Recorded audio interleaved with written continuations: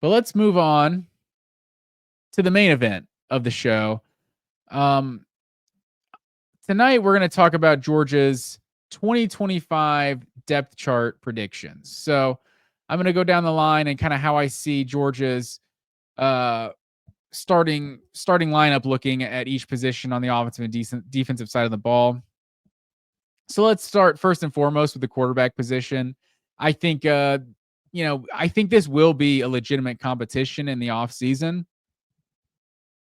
And I think Ryan Puglisi, there's a reason Georgia offered him a scholarship. Like Todd Monken, Mike Bobo, like these guys were super impressed with Ryan Puglisi, and that's why he got an offer to the state of to Georgia. And also, there's something about Ryan Puglisi, the fact that he committed when Dylan Raiola was committed, or maybe it's vice versa. Maybe Raiola committed and he stayed committed, and he was never deterred by that. I think that's just always a good sign.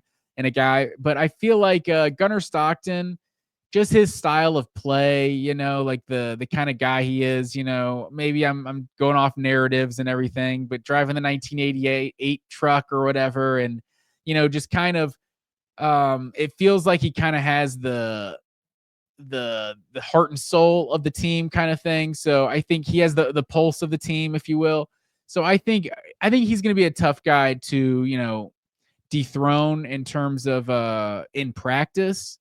But if we see Gunnar Stockton not performing in the game, I don't think Gunnar will be like the clear number one in terms of he comes out like because Georgia has the two cupcakes to start the season and then the Tennessee game. Like, I don't think Gunnar will be such the clear number one that if he struggles in the first half of the Tennessee game, we don't see Puglisi. Like, I think it's still that open. Like, it has to be really bad, probably.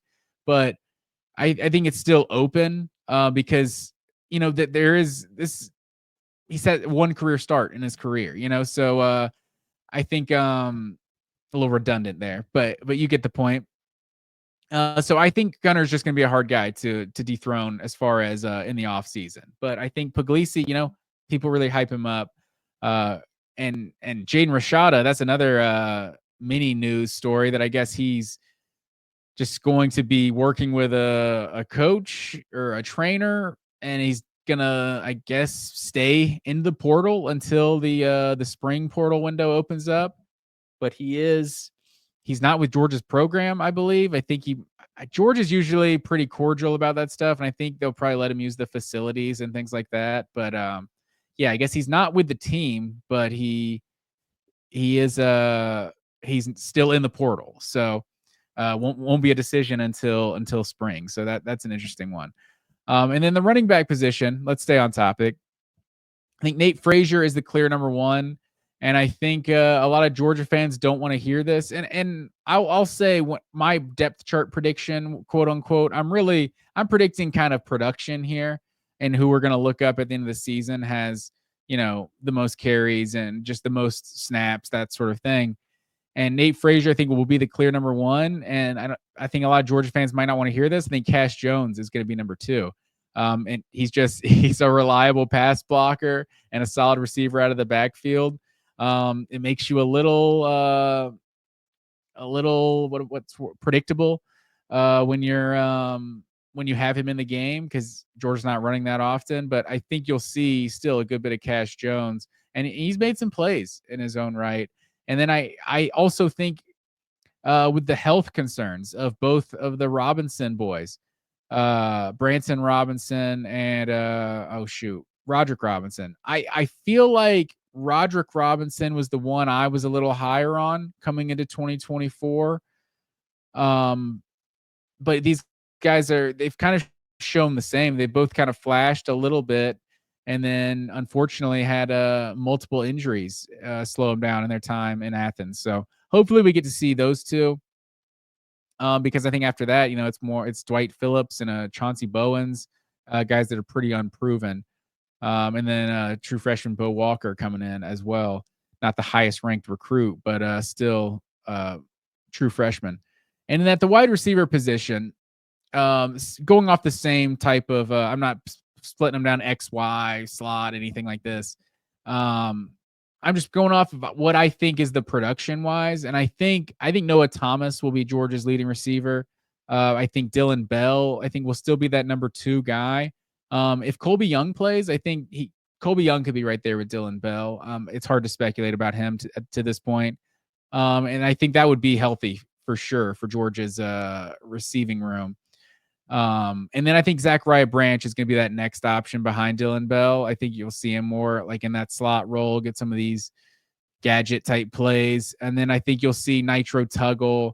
And then I think it's going to be a freshman after Nitro Tuggle. I think you'll see either Talon Taylor or CJ Wiley, one of those two. I think Taylor is the one I tend to get a little more excited about, but obviously the 5-star, everyone gets excited about a 5-star. But I will say I think the tight ends are going to be heavily involved. Like now a year removed, I think we can all just be like, and seeing the rookie year Bowers has had, it's like, okay, let's just stop comparing tight ends to Bowers, but let's just appreciate them for what they are. And Oscar Delp is a very solid tight end. And I think you're going to see Delp and Lucky maybe be like the 3rd and 4th leading receivers next year. And Lucky, I'm really excited about Lucky. Like Delp feels like the traditional type of tight end. Just like the perfect kind of New England Patriots type tight end, a Ben Watson or something, just like the prototype, just solid at everything. I think Lawson Lucky feels more like this 21st century or 2020, whatever you want to call it, this decade, this time period of kind of the new era of tight ends becoming more receivers. Lawson Lucky feels more like one of those that's like a dynamic playmaker. Like I could really see Lawson Lucky breaking out and being like Georgia's 4th or 5th receiver this year. Like if that's not like a hot take, I guess 4th or 5th isn't anything crazy. But Lucky he's actually popped at times.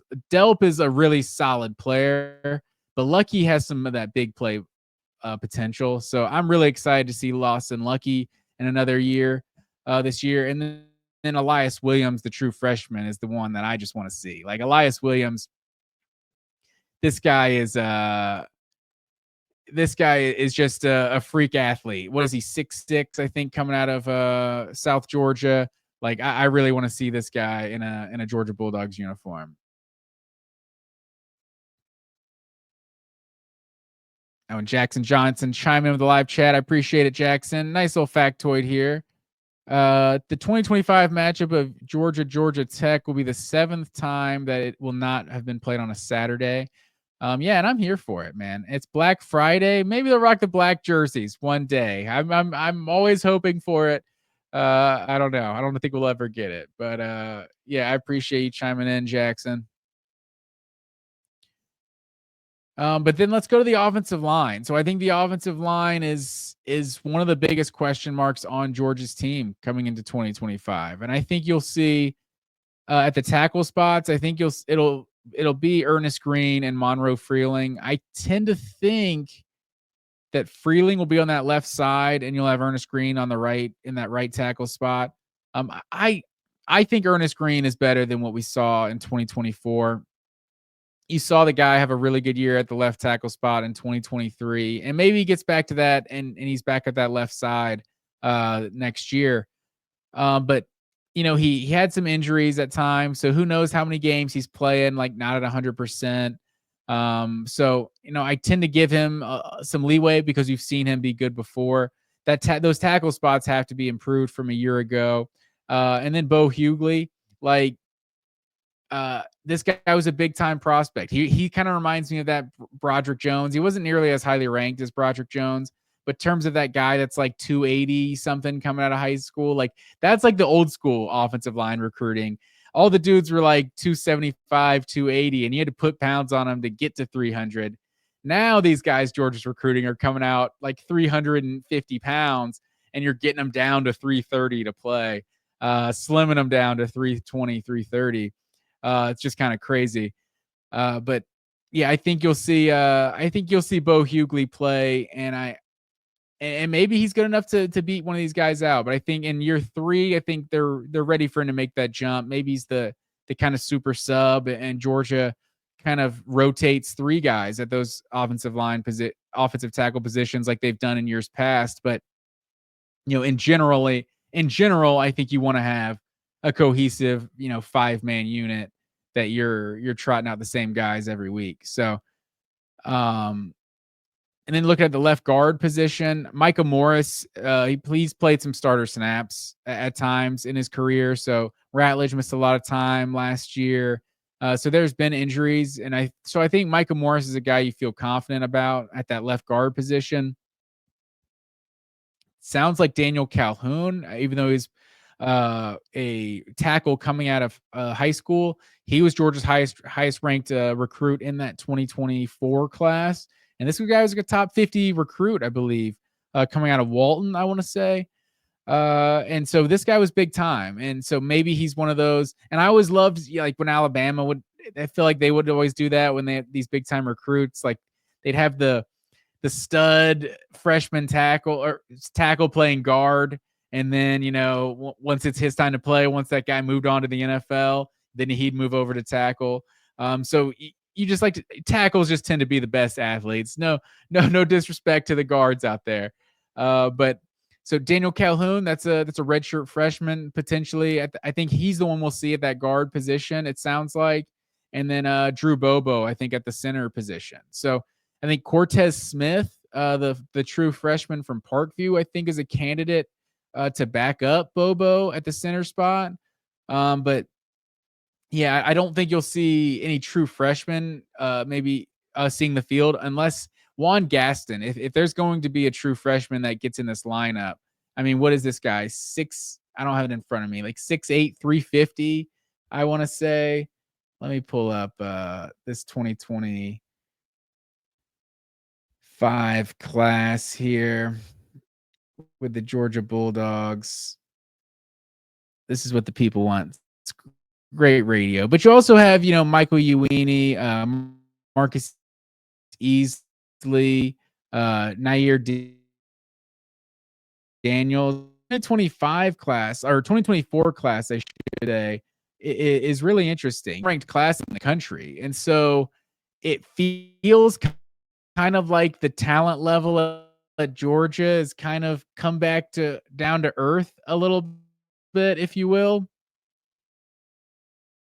But it's like if a number one class in the country going into their second year in college, like that, to see what some of these 2024 recruits do for Georgia. And